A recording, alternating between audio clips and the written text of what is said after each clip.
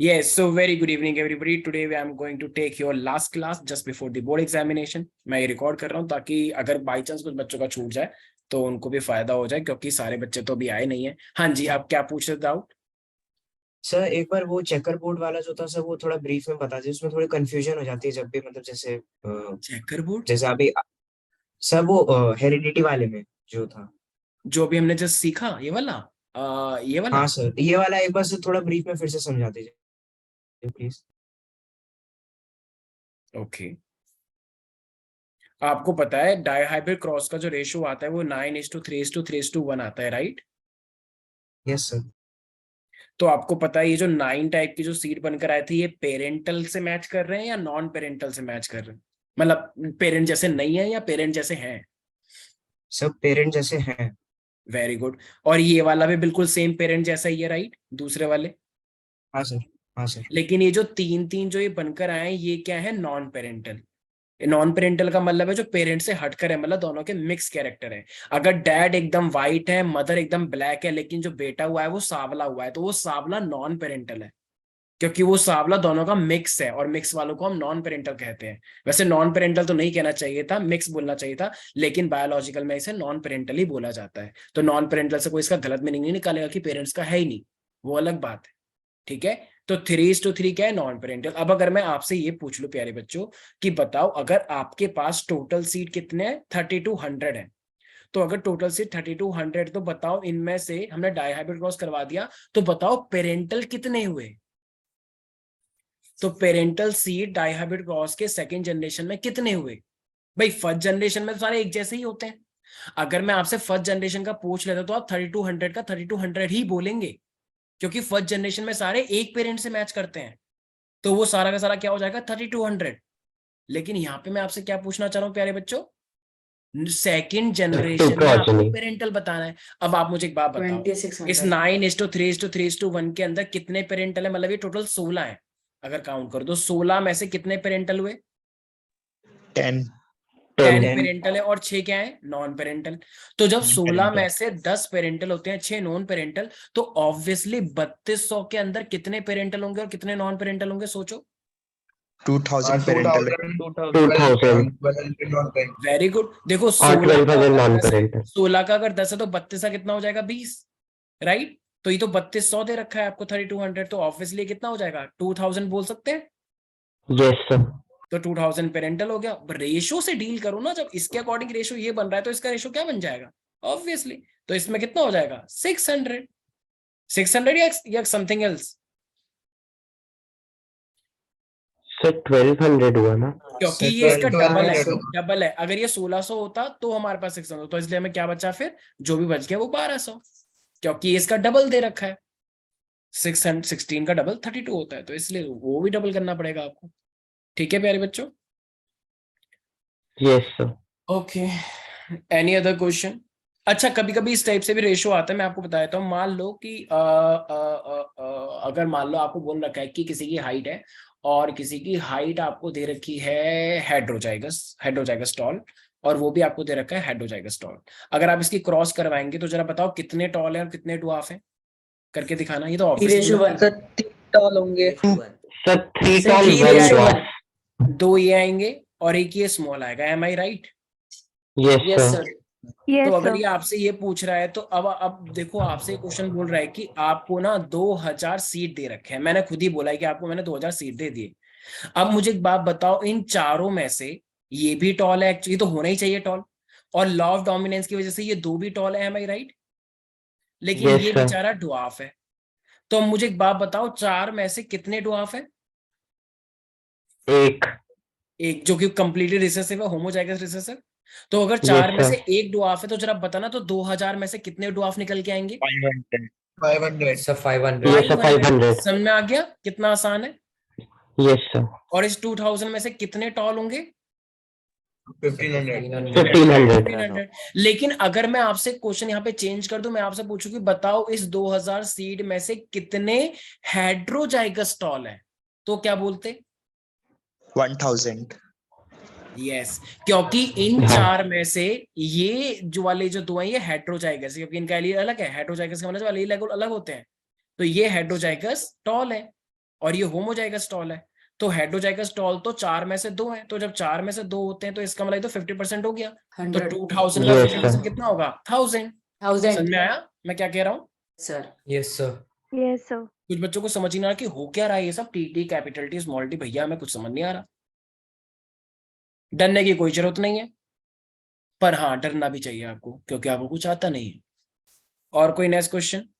कोई बात नहीं, दोबारा से देख लेना। क्या क्या electrostatic refining. Sir electrostatic refining कह रहे हैं। अच्छा, इलेक्ट्रोस्टैटिक हाँ, रिफाइनिंग। ऐसे ऐसे डाउट अगर पूछोगे तो फिर तो कोई बात नहीं, सब बढ़िया बात है, ठीक है। आपको पता है कि एक हमारे पास क्या होता है, एक कैथोड होता है, एक एनोड होता है, राइट? तो एनोड। मैंने एक दिन एक Yes, बात sir. बताई थी, एनोड पर क्या होता है? एनोड सर उसके ऊपर इम्प्योर वाला होता है। एनोड मड, एनोड मड, ये क्या बोल रही? इम्प्योर। क्या बोल रहा हूँ इम्प्योर मैं? बोल मेटल रहा हूँ होता एनोड है। क्या होता है, कह रहा है एनोड मड। एनोड पर होता इम्प्योर है मेटल। ऑक्सीडेशन, और ऑक्सीडेशन का मतलब क्या होता है? O loss of. Loss of electron. Electron. तो इसका मतलब हमें एनोड पर एक ऐसा मेटल लेना है जो कि इम्प्योर है, इम्प्योर से हमें प्योर प्योर निकालना है, राइट? तो अगर ये Yes, sir. इम्प्योर है तो इसमें से आपको प्योर प्योर निकालना है। तो देखो हम क्या करते हैं, एक कभी कभी क्या होता है, कुछ लफंडर बच्चे, कुछ गैंग के बच्चे जो होते हैं वो एक साथ घूमते हैं, लेकिन उस गैंग के अंदर कुछ अच्छे बच्चे भी होते हैं। तो अगर स्कूल में एक बहुत ही प्यारे अच्छे बच्चे का एडमिशन हुआ है तो वो अच्छा बच्चा उस गैंग में से अच्छे अच्छे लोगों को अपनी साइड करने की क्षमता रखता है, और एक टाइम पे सारे उस गैंग में से अच्छे अच्छे बच्चे निकल के अच्छे बच्चे के साथ हो जाते हैं, और फिर वो पूर्ण बहुमत की सरकार बनाते हैं। सब लोग जानते हैं ऐसा हो जाता है कभी। Yes, sir. ऑल्दो लफंडरों की भी गैंग बड़ी स्ट्रांग होती है, लेकिन लफंडर लोग लफंडर के साथ ही रहते हैं।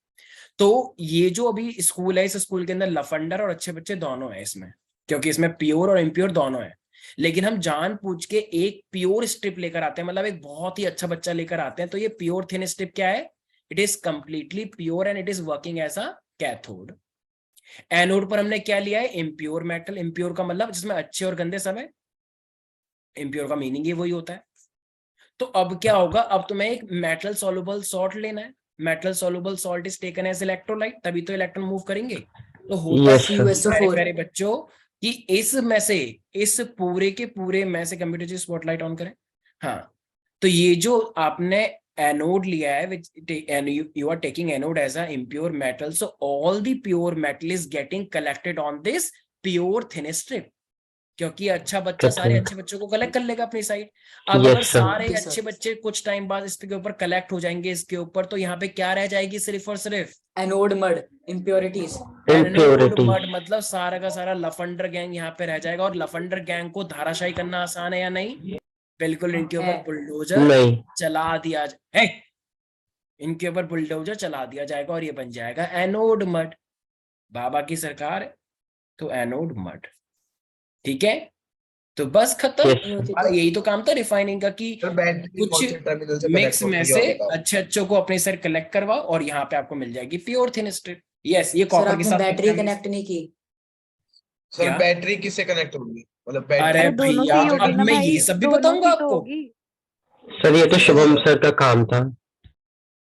अब मैं यहाँ पे आपको मतलब छोटी छोटी ABCD, सर आपने ABCD में ये ए थोड़ा छोटा कर दिया, इसको बड़ा बनाओ, यही सब चीज बताऊंगा क्या मैं आपको? पेपर है आपका, टॉपिक डाउट क्लास चल रही है, मैं यहाँ पे कोई प्रेजेंटेशन नहीं दे रहा हूँ अपने टॉपिक की पहली बार पढ़ाने के लिए।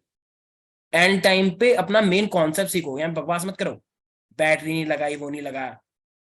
मेरी को यहाँ पे क्लास चल रही है, डाउट क्लास है ये, और लास्ट क्लास है, तो लास्ट क्लास की तरह ही बताऊंगा मैं यहाँ पे। स्टाइल मत मारो ज्यादा, क्योंकि स्टाइल मारने के लिए मैं अकेला काफी हूँ। Next question. Sir organic compound बता दीजिए। ऑर्गेनिक कंपाउंड बता दो तुम्हें? कार्बन एंड इट्स हाँ कंपाउंड, सर जो बता भी दो। हमने चैप्टर 4 पढ़ा है वो उसे ऑर्गेनिक कंपाउंड ही बोलते हैं। ऑर्गेनिक कंपाउंड का मतलब होता है जिसमें कार्बन होता है और हाइड्रोजन होता है। तो जिस किसी के अंदर भी कार्बन और हाइड्रोजन है वो भैया ऑर्गेनिक कंपाउंड ही है। जैसे आपकी पूरा शरीर, आपकी पूरी बॉडी ऑर्गेनिक कंपाउंड है, क्योंकि आपकी बॉडी कार्बन और हाइड्रोजन से मिलकर बनी है। आप जितना भी ये खाना खाते हैं वो सब ऑर्गेनिक कंपाउंड है, क्योंकि ऑर्गेनिक कंपाउंड खाते हो तभी तो बॉडी बड़ी होती है। तो वो सब ऑर्गेनिक कंपाउंड है। ठीक है प्यारे बच्चे, गवार बच्चे, stupid kids. Yes sir. Sir ये वाइटल फोर्स भी लिखा है येलो बॉक्स में, ये क्या है? वाइटल बॉक्स, वाइटल फोर्स, आपको जो फोटो भेजी थी। अच्छा वो तुम ही थे क्या? हाँ हाँ। अच्छा, क्या भेजा है इसने? ये लिखा है two characteristic of the carbon is tetravalency and catenation. ये तो दुनिया को पता है, तो मैं चिल्ला चिल्ला के थक गया था। Put together rise to a large number of the compound, obviously catenation की वजह से लार्ज कंपाउंड देते हैं। Many have the same non-carbon atom and the group of atom attached to the different carbon chain. These compounds were initially extracted from the natural substances. भाई जितने भी हमारे देश में, जितने भी देश में क्या पूरे संसार में नेचुरल सब्सटेंसेस जो चीजें आ रही हैं वो सारी मोस्टली कार्बन कंपाउंड है, क्योंकि जितने भी लिविंग ऑर्गेनिज्म होते हैं वो सब कार्बन कंपाउंड से मिलकर बनते हैं। And कह रहा है कि could be only formed that is possible vital force is necessary for their synthesis. Researchers dispute that the urea from the ammonia but the carbon compound is carbon as कुछ भी बकवास कर रखी, कुछ नहीं करना आपको इसके अंदर। बस आपको इतना रखना है कि भैया अगर कार्बन हमारे पास हाइड्रोजन है तो बताओ ये कार्बन और हाइड्रोजन जुड़ रहे हैं नहीं जुड़ रहे हैं, जिसको हम कोवेलेंट बॉन्ड बोलते हैं। तो ये कोवेलेंट बॉन्ड भी एक वाइटल फोर्स है या नहीं इनके जुड़ने के लिए? ये कोवेलेंट कंपाउंड जो बन रहा है, इनके बीच में म्यूचुअल शेयरिंग हो रही है नहीं हो रही है? बताया था ना पूरा। Yes sir. Yes, hydrogen sir. खुश है और कार्बन भी खुश है। अगर मान लो एक लड़का और लड़की की शादी हो रही है तो इन दोनों की शादी को मेंटेन करने के लिए जिंदगी भर के लिए कोई फोर्स चाहिए नहीं चाहिए? तो वही तो फोर्स वाइटल फोर्स है या नहीं? नहीं तो फिर करवा लेना डिवोर्स अगले दिन ही। यस सर समझ गया। ऑल्दो हरकतों को देखे तो हो ही जाएगा। तो आपको ध्यान रखना है। तो वाइटल फोर्स यहाँ पे क्या एक तरह से कोवेलेंट कंपाउंड, कोवेलेंट फोर्स। ठीक है, तो बस इतना याद करना है। तो बस लास्ट में लेकिन एक लाइन बहुत इंपॉर्टेंट है, कार्बन के साथ कुछ भी जुड़ा हो तो वो तो ऑर्गेनिक कंपाउंड होता ही है। इसमें इन्होंने एक बात कह रखी है, चाहे तो कार्बाइड हो, चाहे तो ऑक्साइड्स ऑफ कार्बन हो, चाहे तो कार्बोनेट हो, चाहे हाइड्रोजन कार्बोनेट हो, तो इसको भी हम except for the carbonate hydrogen carbonate salts continue to be studied under the organic chemistry। तो ये लास्ट लाइन थोड़ी सी बस याद रखना, ठीक है? तो जिनके पास भी कार्बन होगा, जिनके पास भी हाइड्रोजन होगा, उसको हम किस चीज के अंदर पढ़ेंगे बच्चे? Chemistry। ऑर्गेनिक केमिस्ट्री के अंदर पढ़ेंगे। तो चैप्टर नंबर 4 जो आपका कार्बन कंपाउंड है वो पूरा का पूरा ऑर्गेनिक केमिस्ट्री है, ऑर्गेनिक कंपाउंड के लिए पढ़िए। और किसी को कोई डाउट है? सर हार्ड वाटर और सॉफ्ट वाटर में कोई 3 पॉइंट। हार्ड वाटर और soft water hard hard water water के अंदर तो एक सेकेंड सॉफ्ट वाटर तो वही है जिसके अंदर डिसॉल्व सॉल्ट्स होते हैं, जो आप पीते हैं जिससे आपकी प्यास बुझती है। ठीक है, तो वो तो आपको पता ही है भली भांति। लेकिन जब आप गांव के अंदर जाते हैं तो गांव के पानी के अंदर क्या होते हैं, कुछ अनडिसॉल्व सॉल्ट होते हैं जिसके अंदर कैल्शियम मैग्नीशियम डला होता है। तो ये कैल्शियम मैग्नीशियम अनडिसॉल्व सॉल्ट होते हैं, तो ये पानी को खारा बनाते हैं। तो ये पानी जो है पीने के लिए सुटेबल नहीं होता, और पीने तो बहुत दूर की बात है, ये कपड़े धोने के लिए सुटेबल नहीं होता। तो इसलिए आपके कपड़े फट भी जाते हैं, उसमें डिटर्जेंट यूज निशान बन करते जाते हैं। हैं, क्या? डिटर्जेंट तभी तो यूज करते हैं। हाँ तो कर सकते हो, मना थोड़ी किया है। अब अलग से एक एक्स्ट्रा बात जोड़ रहा हूँ मैं। उसने पूछा था हार्ड वाटर, तुमने यहाँ पे सोप और डिटर्जेंट लेकर आ गए। अच्छी बात है, स्वागत योग्य कदम है, लेकिन ये पूछा ही नहीं उसने। हाँ बोल सकते हो ऑफ कोर्स, क्योंकि सोप एंड डिटर्जेंट का डिफरेंस तो मैंने करवाया ही है, तो वो तो करके ही जाओगे ऑफ कोर्स। और वो भी नहीं करके जाओगे तो फिर अफसोस वहां पे रोते हुए आना फिर। Yes, any other doubt? Sir ये तो एक ही पॉइंट कार्बाइड क्या होता है? कार्बाइड क्या होता है सर? Zinc carbide. तो हमारे पास बहुत सारे ऐसे कंपाउंड होते हैं, जैसे कि आपने कार्बाइड, एक सेकंड इसने एक और क्वेश्चन भेजा।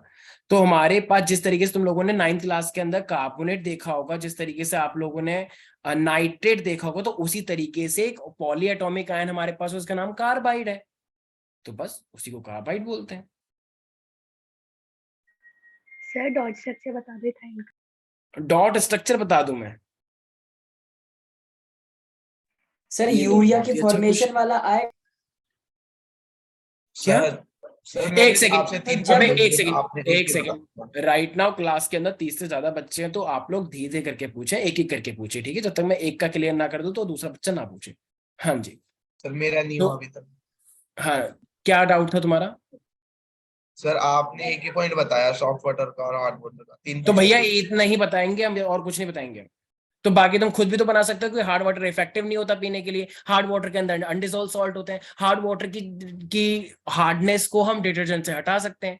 अरे हर चीज थोड़ी बताएंगे, बाकी तुम खुद भी तो दिमाग लगाओ, बिल्कुल एकदम ऐसे, मतलब मैं तुमको नहीं कह रहा हूँ, जनरली सबको ही बोल रहा हूँ एकदम। अगर कुछ सर सुन लिया तो बाकी खुद भी तो एक्सप्लोर करो। यहाँ पे हर चीज, यहाँ पे मैं क्वेश्चन में बैठा हुआ हूँ क्या मैं हर चीज की आपको पूरा एकदम एक एक पॉइंट हर पॉइंट बताऊंगा? मेन मेन बातें सुनो और बाकी खुद अपना रिसर्च करो। हाँ, कुछ कार्बाइड का था तो आपको कुछ कार्बाइड के एग्जाम्पल आपको याद रखने हैं, ठीक है? तो कार्बाइड के एग्जाम्पल जैसे क्या बोल सकते हो, जैसे नाम सुना है कैल्शियम कार्बाइड CaC2, तो ये बस कुछ कार्बाइड है, ये आपको ध्यान रखना है। वैसे होते तो बहुत सारे हैं, जैसे सिलिकॉन कार्बाइड भी होता है, टंगस्टन कार्बाइड भी होता है, लेकिन वो आपको करने की जरूरत ही नहीं। बस सीमेंट के अंदर मोस्टली इसका यूज होता है कार्बाइड का। और नेक्स्ट क्वेश्चन। सर वो यूरिया का आएगा फॉर्मूला? कर सकते हो, मतलब आ सकता है, लेकिन है नहीं सिलेबस में, ठीक है? तो सर लेकिन होता क्या है? NH2CO NH2 होता है,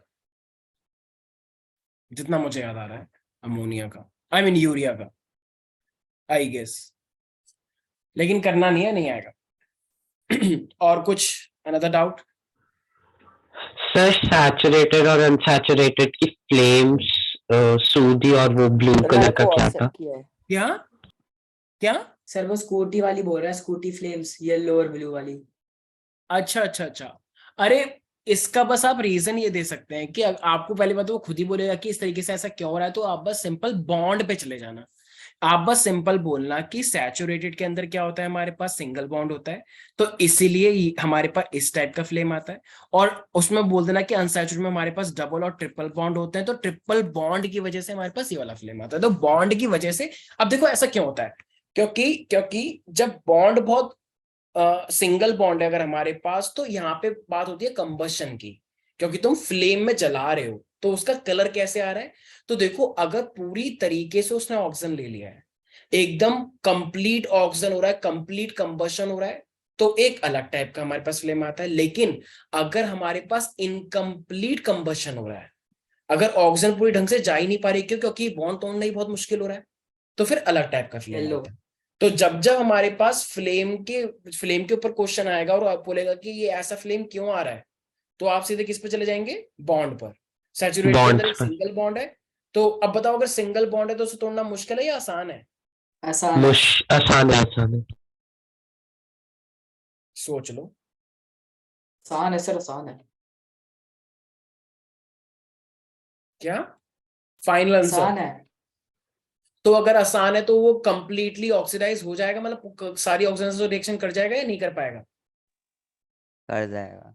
कर जाएगा, तो फिर उसका फ्लेम का कलर क्या आएगा? ब्लू। ब्लू।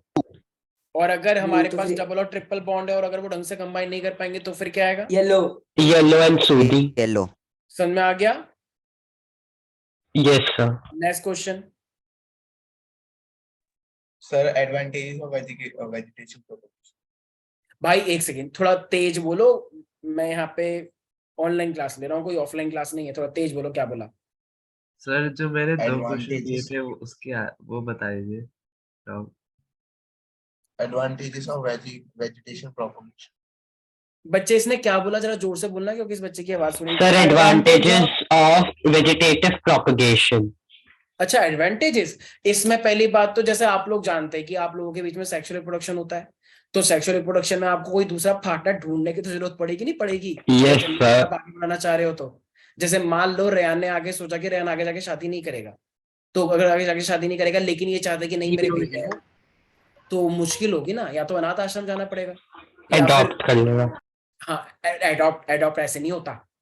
एडॉप्ट के लिए पार्टनर होना चाहिए, ऐसे एडॉप्शन थोड़ी कर लेंगे कि एक ही देती हूं मैं, ऐसे नहीं होता भैया। तो इसलिए वेजिटेटिव रिप्रोडक्शन में क्या होता है कि दूसरे पार्टनर की जरूरत ही नहीं होती, वो अपने आप से रिप्रोडक्शन कर लेता है और एक नया ऑर्गेनिज्म आ जाएगा। ये तो बहुत अच्छी बात है कि हमारे सर और देश में ये भी था वेजिटेटिव नहीं कि कर वो सकते। फ्रूट एक सेकेंड रुको, पहले जल्दी बेयर करने। वेजिटेटिव में एनर्जी कम लगती है, लो एनर्जी रिक्वायरमेंट, सिर्फ सिंगल ही पेरेंट से काम चल जाता है, एक सिंगल पेरेंट ही चाहिए, दूसरे पेरेंट को ढूंढने की जरूरत ही नहीं है, ठीक सर है? और ये जिन जो फास्ट सीड्स होता है, ये प्रोसेस फास्ट है, स्लो नहीं होता, लेकिन हमारे बीच में पॉपुलेशन प्रोसेस ग्रोथ में ज्यादा एफिशिएंट होता है। और सर जो सीड्स नहीं बना पाते उनकी भी हो जाती है cultivation. Yes sir, very good, शाबाश।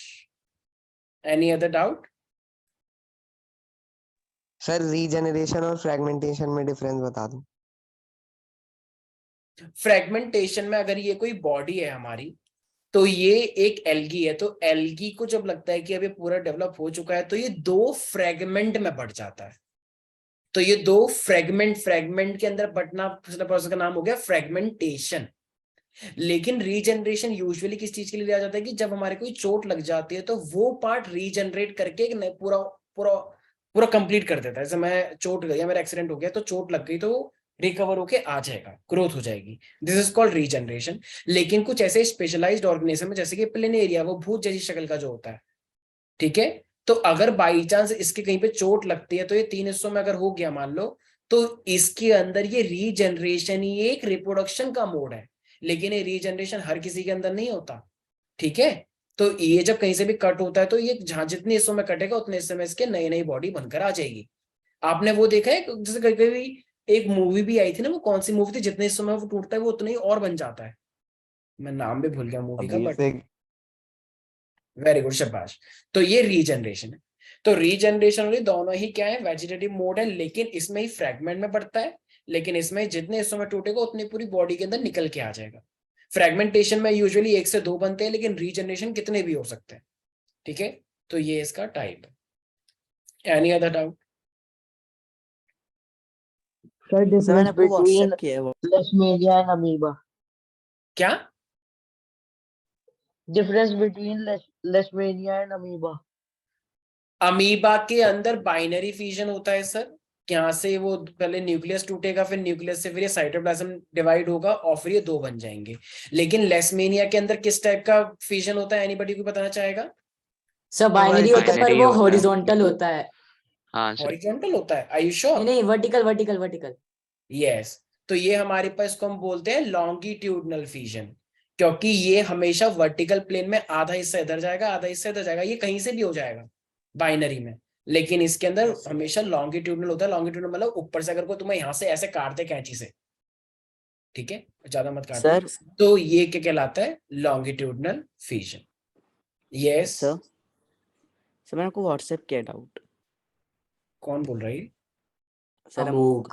अच्छा, okay, wait a second, okay, अच्छा, MnO2 वाला ना। Yes sir. अमोक प्यारे बच्चे ने क्वेश्चन भेजा है कि MnCl2 4HCl it is giving. वैसे तो ये रिएक्शन 12th क्लास की केमिस्ट्री एग्जाम की रिएक्शन है, बट आप लोगों को याद होगी, मुझे ऐसी उम्मीद है। गवार बच्चों, मुझे एक बात बताओ, ये MnO2 है और MnO2 से ये MnCl2 बन रहा है, ठीक है प्यारे बच्चों, यस सर। और ये HCl है, HCl से ये आगे जाके क्या बन रहा है, एक तो Cl2 बन रहा H2O है और Cl2। Cl2 बन रहा है। अब आप मुझे एक बात बताओ, क्वेश्चन पूछ रहा है identify the substance getting oxidise in this above reaction. इनमें से Cl2 कौन सा सब्सटेंस ऑक्सीडाइज हो रहा है, एनीबॉडी? Sir Cl2। Cl2, ये क्या बात हुई? सर सर पहली बात तो जो हाइड्रोजन इधर होते हैं, HCl। जो लोग इधर हैं वो लोग ना तो ऑक्सीडाइज होते ना रिड्यूस होते, कैसी गवारों वाली बातें कर रहे हो? सर या तो HCl MnO2 होगा या HCl 4HCl होगा। HCl HCl HCl होगा सर। आप लोगों को HCl। पता है ऑक्सीडाइज कौन होता है? ऑक्सीडेशन का मतलब होता है लॉस ऑफ हाइड्रोजन या Reactant। Adding of oxygen. Yes sir. तो यहाँ पे ये HCl है, लेकिन आगे जाके ये सिर्फ और सिर्फ Cl2 बन गया, तो इसका मतलब किस चीज का लॉस हुआ इससे? इलेक्ट्रॉन। हाइड्रोजन का। हाइड्रोजन। भाई हाइड्रोजन का ये इलेक्ट्रॉन कहां से दिख गया तुम्हें? Sir hydrogen. तो हाइड्रोजन का लॉस क्या कहलाता है हमेशा? ऑक्सीडेशन। ऑक्सीडेशन। तो बस HCl का ऑक्सीडेशन। भैया जो चीज प्रोडक्ट में है आप उसको तो तो बोल भी मॉड्यूल नहीं में सकते। ये देखो बच्चे सर कैसे मॉड्यूल में बच्चे आ आंसर रखे हैं गलत यहाँ था पे, फिर तो। वो Cl2 कह रहे हैं। हाँ बोलिए बोलिए। सर मॉड्यूल में गलत था पीछे आंसर फिर, क्योंकि मैंने भी अच्छा, क्या दे रखा था मॉड्यूल में? सर एक मैं बताता हूँ। Sure, take your time. Sir वो वाटर ऑफ क्रिस्टलाइजेशन और हाइड्रेटेड सॉल्ट बता देना। अच्छा, ये नया क्वेश्चन है, ओके। हेलो, हाँ जी, हाँ जी, हाँ जी,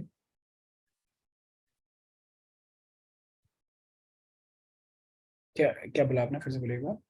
आपने टाटा नेक्सन कार फाइनेंस करवाई थी ना सर 2021 में हाँ ICICI बैंक। हाँ बैंक उसी पर आपको ना 2 लाख का टॉप अप लोन ऑफर कर रही है। नहीं नहीं मुझे नहीं चाहिए, मुझे नहीं चाहिए, थैंक यू सो मच। हमारे गवार बच्चे हैं, कुछ उनको दे देना।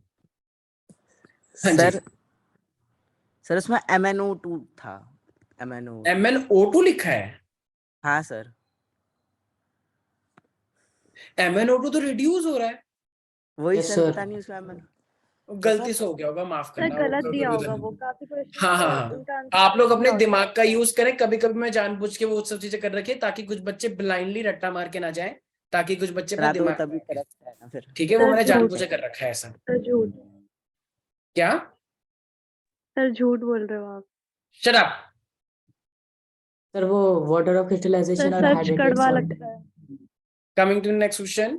यस, तो हमारे पास water of crystallisation and hydrated salt पे पूछ रहे हैं ना भाई। जब 1 मोल सॉल्ट के साथ कभी भी जब वाटर मॉलिक्यूल अटैच होता है Na2CO3 में 10H2 अगर तुम्हारे पास है, तो ये 1 मोल सॉल्ट के साथ जितना वाटर अटैच है इसे हम क्या बोलते हैं? Water of crystallisation. इसकी वजह से Water of सॉल्ट कभी भी crystallization. गीला नहीं होता, वो कंप्लीटली सॉल्ट बनता है। जैसे आपने पीओपी देखा है कभी, हाथ में पकड़ा है तो पीओपी वो सूखा Yes, हुआ sir. है, लेकिन उस सूखे हुए के Yes, sir, अंदर भी क्या है, plaster. कुछ अमाउंट में वाटर प्रेजेंट है। Yes, लेकिन अगर मैं आपसे बोलूं कि मेरे पास कोई भी एक सॉल्ट है, मान लो कैल्शियम सल्फेट, और मैंने इसको बोल दिया मान लो कि इस पे लगा हुआ है 5H2O, तो भाई ये 5H2 हाइड्रेटेड का मतलब है वो पानी के साथ भीगा हुआ है, भीगे Okay, sir. सॉल्ट में। तो मतलब जब सॉल्ट पे तुमने पानी डाल दिया है तो वो तो हाइड्रेटेड है, वो गीला हो चुका है भाई अब सॉल्ट। लेकिन ये वाटर ऑफ क्रिस्टलाइजेशन की वजह से वो पूरा फॉर्मूला बनता है, वो कभी भी गीला नहीं होता सॉल्ट। ये फॉर्मूला बनाने के लिए इंपॉर्टेंट है, उसका मेकअप है ये। लेकिन हाइड्रेटेड वाला सॉल्ट गीला होता है, उसमें किसी भी नंबर ऑफ मोल की बात नहीं होती। इसमें फिक्स है कि इसके एक नंबर ऑफ मोल इतने के साथ जुड़ेंगे ही जुड़ेंगे, लेकिन हाइड्रेटेड में कोई फिक्स नहीं है, कितना ही पानी आप डाल सकते। ठीक है, Yes, sir. Okay. Yes, sir. अब जैसे कि मतलब ब्रांड देखने बता में दो। आया कि एक सेकेंड, कार्बोनेट्स कंपाउंड और कार्बोनेट्स कंपाउंड और हो गया हेरिडिटी, कुछ ऐसे कुछ चैप्टर जिसमें जिस बच्चों को ज्यादा डाउट है तो मैं आपका एक यूट्यूब पे एक सेशन करवाऊंगा। ठीक है, और हमने लास्ट ईयर भी एक सेशन रखवाया था, इसमें मैंने मैराथन करवाई थी, 2 या 3 घंटे की है वो। तो आप लोग, हाँ, हेरिडिटी का अगर उसमें से कोई भी चैप्टर पेरियोडिक क्लासिफिकेशन नहीं आ रहा है इस बार, तो वो मत देखना, बाकी स्किप कर देना। ठीक है, तो मैं आपको लिंक शेयर कर दूंगा, और एक यूट्यूब वाला जो होगा वो लाइव सेशन होगा, तो वो आपको जरूर देखना है। ठीक है, तो जो आपको वैसे करके देना है कभी भी देखो, तो वो तो मैं ग्रुप पे डाल दूंगा, और आपको कुछ मैं सेशन लूंगा तो वो आप जरूर देख लेना। यूट्यूब पे जाके एक सेशन करवाएंगे आज हम, एक 6 बजे से कर लेंगे, एक 7 बजे से कर लेंगे। ठीक है, तो दोनों सेशन आपको देखने हैं। ठीक है, Okay, sir. सर तो ये all the very record very best, मेरी तरफ से आप लोगों को शुभकामनाएं। बाकी जरूरत पड़ी तो मैं कल एक क्लास और ले लूंगा। ठीक है, अपने डाउट के साथ तैयार ले रहना, लेना। बाकी व्हाट्सएप पे आप लोग पूछ ही सर सकते हैं। सर ये जो मीटिंग रिकॉर्ड हुई है आप एक बार ग्रुप पे भेज दोगे प्लीज? श्योरली मैं भेज दूंगा। ठीक है, तो all the very very Thank best, you, खूब sir. अच्छे से तैयारी करें, डरने की कोई जरूरत नहीं है, ब्रांड बता दो। निश्चिंत ही आप